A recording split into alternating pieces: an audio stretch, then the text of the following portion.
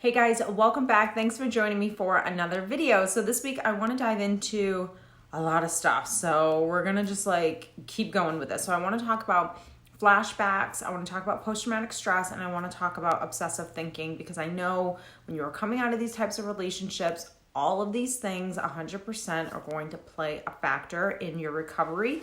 And so I want to give you some information on all of them, because if you've struggled with just having flashbacks or having post-traumatic stress or obsessively thinking and trying to figure something out and making sense of something, you're going to need this video. So we do know that post-traumatic stress is a factor of going through a traumatic event, and that event can be a multitude of things. It can be a one-time situation that was very traumatic, 9/11, a car accident, someone robs you, just something that was a one-time event and it was enough to kind of just create this fear in you. Post-traumatic stress can also come from not necessarily one big event, but a multitude of these little things, these little traumas that happen continuously over a period of time, which kind of add up to be this wound that you carry inside of you. People that do suffer from post-traumatic stress could possibly suffer from OCD as well, obsessive compulsive disorder, and they could also suffer from anxiety as well. So there's links between all of these things. People that experience post-traumatic stress are also going to have those intrusive thoughts. So here we go with the obsessive thinking. Here we go with this flashback that's coming up. That's a memory of something that I went through, and so it keeps coming up again and again. That's a symptom of post-traumatic stress. And then our ability to obsess about it and overthink it and get anxiety about it and not really have control in these situations is a manifestation of kind of that OCD, anxiety, So chances are, if you have post-traumatic stress, you already had bits and pieces of anxiety.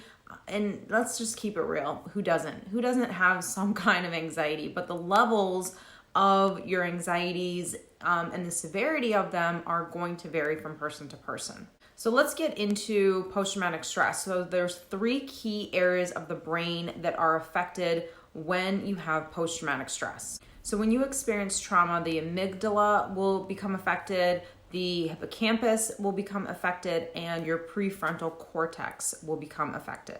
Now, all of these areas of your brain work together to regulate your emotions and respond to fear. So they're kind of always working together to kind of regulate your brain to make sure that when you experience things, you're able to process things the right way. So, and I don't want to get too deep into this stuff because you can really get into the brain, you can really get into psychology, but I want you to understand the basics of this kind of stuff. The amygdala is really where fight or flight kind of lives. It's going to detect when you are in a scary situation, when something bad is about to happen. This is the part of the brain that starts ringing the bell, okay, we need to be aware right now. So the amygdala is going to use your sight, your sound, it's going to use all of your sensors to be able to examine a situation, and based on this information that it's receiving from your ears, your eyes, etc., touch, smell, it's going to say danger. So this is why you could, for example, smell fire and immediately go, I smell fire. So, or, you touch something and you, ouch, okay, I'm not going to do that again. That's the amygdala kind of working. So it's going to gather all this information and it's going to assess. It's not going to assess whether or not the danger is, I don't want to say right, but it doesn't process the logical aspect yet. It just says, okay, this is danger and I need to go somewhere. I need to run. So that's why this is really fight or flight. Now the hippocampus is going to store that information. So this is now where we know, okay, I burned myself from the stove. I'm going to store that in the hippocampus so I know I'm not going to touch the stove ever again. People that have experienced a lot of trauma, their hippocampus oftentimes becomes damaged where they can't remember certain aspects of the traumatic event that they went through. So they have difficulties really going back and understanding what it is that they went through. They can't, pick someone in a lineup. They can't remember what that face looked like or whatever, because the trauma actually affected the hippocampus, even though the hippocampus actually does store that information. So now you can understand in relationships why this becomes a problem, because what happens is you go into a relationship, you experience all kinds of abuse and trauma, you come out of that experience with post-traumatic stress, and your amygdala, your hippocampus store that information, which is faulty information. So it's storing something because it knows, hey, when we did this before, it was scary. It wasn't good. And the amygdala is going to prompt you to get into fight or flight when you're in those situations. Okay, so I ended that relationship. I'm now in a new relationship, and now I'm starting to have anxiety, or I'm starting to sabotage myself, or I'm starting to create stories that this is bad. That all people, cheat, or all men do this, or all women are like this, and you shouldn't be vulnerable around people. So you have these preconceived notions of going into these relationships because the story, the experience that is stored in the hippocampus is going to tell you that Bob's dangerous. And it wasn't really Bob. Bob's not dangerous. Bob's okay. It was Joe that actually was the problem. But the hippocampus is not going to be able to do that for you. It's just going to tell the amygdala, hey, look, we're in a relationship, and last time I was here, this was bad. And then the amygdala is going to go, okay, this is bad. All right, fight or flight. Here we go. And it's going to give you all of these responses. Your body's going to start reacting.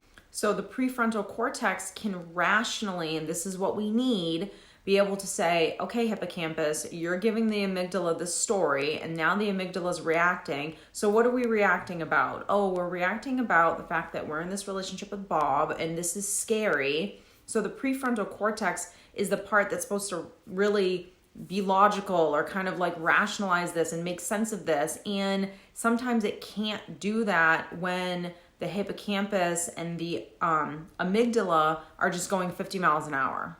So it makes the prefrontal cortex, because of everything you went through, it's working really hard to try to knock on your door and be like, whoa, let's just take a back seat for a second and really understand what's going on here so we can figure this stuff out. It's not able to do that. And the reason being is because the minute we start to feel anxiety, we're like, oh no, this is bad. When it's not the anxiety that's bad, it's the story that we're telling ourselves. And oftentimes the story, no one really looks at that story to understand, is that story actually true? Do I want to believe that story? That we just feed stories, and then it creates this whirlwind of a snowball that then takes us down a rabbit hole. With obsessive thinking, and like I said, obsessive thinking, obsessive compulsive disorder, OCD, anxiety, post-traumatic stress, they all kind of live in this lovely little cluster of dysfunction. Some people have it more than others. I think if you're highly sensitive, remember, you're highly sensitive, you have a creative brain. So your mind is going to love to just want to create stories. And if you're not aware, self-awareness is so important. If you're not aware, you're just going to feed all of these stories. So if you don't have self-awareness and you don't practice detaching, you're going to feed all of this, and it gets you in a lot of trouble. Because it's not the obsessive thought that comes up. It's not the thought that was created that all of a sudden comes up. You can't control that to a certain extent. You can control how you respond to those thoughts. So it's not the obsessive thought, it's your reaction to that thought that will generate more of that thought, and it will keep you going down this, spiral of negative thinking. So when you can't stop yourself, number one, you're in an addictive state. You're in a habitual state of just doing the same thing over and over again. And when you don't have that kind of self-control, and remember, being able to just have self-control and completely stop it, that's a practice. That's not okay, I'm just going to stop obsessively thinking. It doesn't really work like that. And you have to be able to acknowledge and accept that those thoughts are there. That doesn't mean that they're true. You just have to acknowledge that, okay, I just had that thought. That doesn't mean you're a kookaloo. It doesn't mean that you're completely unhealthy. It just means you had that thought. But when I talk about emotional and mental health, this is what I mean. Now you're at a crossroads of, what do I do with that information? Do I continue to feed it, or do I go in a different direction and learn how to parent it? You're never going to be able to stop the thoughts from coming up. And the reason why a lot of the times you're obsessively thinking and you're going, around and around with something is because on some levels you need answers or you want answers. On some level, something about that story needs your attention. Either you need to be soothed, either you need to be validated, either you need to go a little deeper and figure out really what's underneath that story that you keep kind of circulating around and around again. And chances are 99% of the time, what you really need to deal with isn't even about that thought or that person. There's something underneath that thought and that person that's masking really what the fear that you really do have is. So in order to kind of really help yourself through these experiences, number one, you have to give yourself time. You have to be really patient with yourself. You have to really love yourself and allow yourself to understand, okay, this is a process. I say that all the time. Process, practice, have patience. Those are the 3 P's. You know what? There you go. I'm naming that the three P's. Process, practice, and patience. Do it time and time again. Be gentle with yourself. You're not going to just all of a sudden completely heal from post-traumatic stress, but you have to have a good level of self-awareness to want to know it's not the story, it's not the obsessive thought, there's something underneath that. And when you can start diving into that, and sometimes that's what you need a coach for, sometimes that's what you need a therapist for, is for someone to be able to ask you questions to be able to get to the root of that. If you have become really good at detaching, really good at self-parenting, you'll be able to do this for yourself and you'll no longer always need the coach or the therapist. But you might from time to time, and that's perfectly fine, depending on the situation, but really learning how to do this for yourself is absolutely essential. So I hope you guys have enjoyed this video. Don't forget to click subscribe down below. And if you're interested in working with me, I always link everything down below as well. And I will see you next week.